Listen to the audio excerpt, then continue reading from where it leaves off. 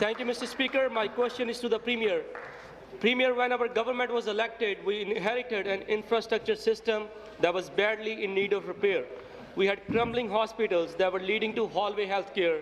We had a transit system that was forgotten and left in disrepair for years, leading to overcrowding and lacking in service. Premier, I understand that both yourself and the Minister of Infrastructure just delivered a keynote addresses at the C2P3 conference to over 300 major industry representatives, highlighting our commitment to infrastructure for the province.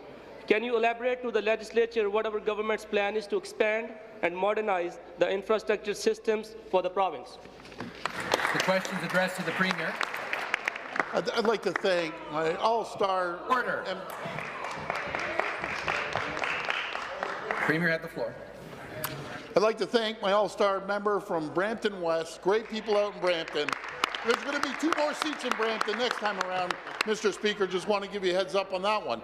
The people know all too well that infrastructure was neglected under the previous government, on top of hospitals, on top of schools, on top of roads and bridges and highways. They didn't think about building subways.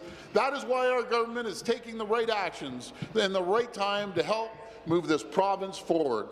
Mr. Speaker, we're putting a historic investment into infrastructure. We're putting in $144 billion over the next 10 years. $90 billion is going into transit. The balance is going into building new schools that the previous government canceled. 600 schools. We're going to be investing into hospitals, Mr. Speaker, and make sure that this province thrives and grows and prospers. Supplementary question. Thank you, Mr. Speaker. Back to the Premier. Premier, that is incredible news for the people of Brampton West Riding and speaks to our commitment to rebuild the province. I know many families in my region are very excited to hear about all those new investments, whether transit-related, that will cut down on gridlock, or the great investments in new hospitals, schools, and other community projects that everyone depends on. But this can only be made possible by hardworking people of this province who builds the projects themselves.